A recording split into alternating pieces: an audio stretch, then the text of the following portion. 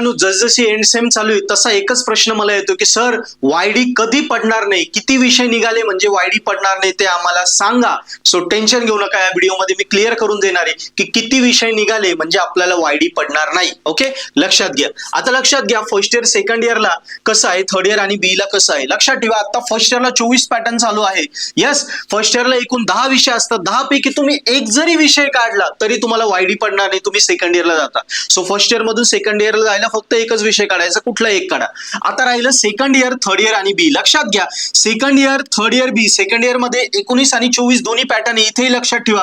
इथे तुम्ही ऍटलीस्ट 3 विषय काढावे लागतील तेव्हा थर्ड इयरला जाता. आणि टी आणि बी ला 19 पॅटर्न इथे सुद्धा लक्षात घ्या. टी मध्ये पण तुम्हाला टी मधून बी ला जायला ऍटलीस्ट 3 विषय काढावे लागतात, तेव्हाच आपण टी मधून बी मध्ये जातो. 3 विषय निघाले वायडी पडणार नाही. आणि बी मध्ये, अरे बी मध्ये मित्रांनो, बी नंतर पुढे 5वी नाही आपल्याला. सो बी मध्ये ऑल क्लिअरच व्हावं लागतं, नाही तर आपल्याला एक्सटेन्शन पडतं, जॉब भेटत नाही. सो बी मधून पुढे जाण्यासाठी म्हणजे बी मधून रिझल्ट मिळवण्यासाठी आपल्याला ऑल क्लिअरच व्हावं लागतं, इथे काय ऑप्शन नाही. हे कळालं. आता हा झाला पहिला क्रायटेरिया, किती विषय निघाले. एक विषय निघाला फर्स्ट इयरचा, सेकंड इयरला जाता येतं. सेकंड इयर, थर्ड इयर मध्ये 3 विषय निघाले, कुठले पण 3 विषय पुढच्या वर्गात जाता येतं. आणि बी ला ऑल क्लिअरच व्हावं लागतं, नाही तर पुढच्या वर्गात आपल्याला कोणी उभं करत नाही. Okay, next. आता पुढचा क्रायटेरिया आला वायडी पडण्याचा, गोल्डन किंवा क्रिटिकल. हा काय असतो बघा, सेकंड इयर मधून थर्ड इयरला जाण्यासाठी फर्स्ट इयर ऑल क्लिअर लागतो. फर्स्ट इयर ऑल क्लिअर लागतो. यस, असं याला म्हणतो आपण गोल्डन किंवा क्रिटिकल. समजा आता जे मुलं सेकंड इयरला आहे, ओके, त्यांचा फर्स्ट इयरचा एक जरी बॅक राहिला तर त्यांना वायडी पडेल, त्यांना थर्ड इयरला जाता येणार नाही.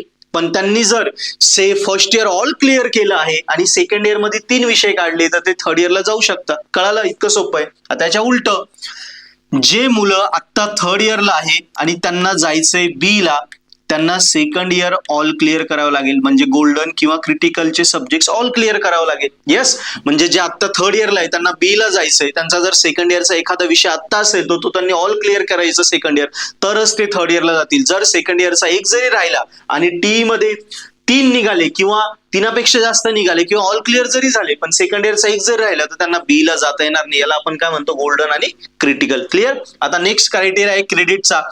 हे सब्जेक्ट जे आहे यांनाच इनडायरेक्टली आपण काय म्हणतो की 50%, 50% क्रेडिट भरलं की तुम्ही नेक्स्ट इयरला जातात. म्हणजे कसं बघा, फर्स्ट इयर आणि सेकंड इयरला 44 क्रेडिट आहे, 44 पैकी 22 भरलं की तुम्ही नेक्स्ट इयरला जाता. आता 22 कधी भरतं, जेव्हा एक सब्जेक्ट निघाला फर्स्ट इयर मध्ये तरी क्रेडिट 22 भरून जातं. आणि सेकंड इयर मध्ये 3 सब्जेक्ट निघाले का क्रेडिट 22 भरतं, तुम्ही नेक्स्ट इयरला जाता. म्हणजे हे विषय आहेत आणि ते क्रेडिट आहे. ओके, सॉरी, हे विषय आहेत सगळे, त्यालाच इनडायरेक्टली आपण क्रेडिट म्हणतो. किती विषय निघाले म्हणजे, एक विषय निघाला म्हणजे 22 क्रेडिट झालं, 3 विषय निघाले म्हणजे 22 क्रेडिट झालं, असा अर्थ होतो. आता राहिलं थर्ड इयर, ओके, आणि बी.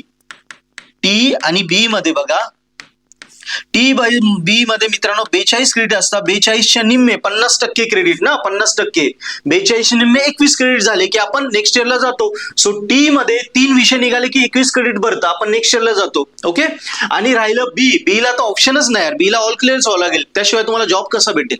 यस, क्लिअर झालं. आता राहिला कॅरी ऑन. सो मित्रांनो, कॅरी ऑन सध्या भेटत नाही, ते क्वचितच पोरांना, आता 750 मुलांना भेटलाय फक्त, बाकीच्यांना नाही भेटला. हजारो पोरं तसेच तो कॅरी ऑन विषय ठेवू नका. आपण आपले विषय क्लिअर करूनच पास झालो पाहिजे, हेच आपण लक्षात ठेवायचं, तरच पुढच्या वर्गात जाता येतं. क्लिअर मित्रांनो. सो किती विषय आणि किती क्रेडिट आणि काय काय गोल्डन क्रिटिकलचे क्रायटेरिया सगळे या विषयात क्लिअर केले. सो या गोष्टी केल्या तर आपल्याला इयर ड्रॉप पडत नाही. कळालं. सो इयर ड्रॉप न पडण्यासाठी 2 गोष्टी आहेत. एक, एवढे विषय काढा आपले इयर ड्रॉप पडत नाही, आणि दुसरं, पर्पल ॲट ॲप नाही वापरलं तर इयर ड्रॉप पडतो. लक्षात ठेवा. सो लक्षात ठेवा, आपल्याला एंड सेम स्कोर करायचा आहे, इयर ड्रॉप पडायचा नाही तर पर्पल ॲट ऍप्लिकेशन वापरायचं. पर्पल ॲट ॲप मध्ये सगळं स्टडी मटेरियल आहे, स्वतः अभ्यास करायचा नाही.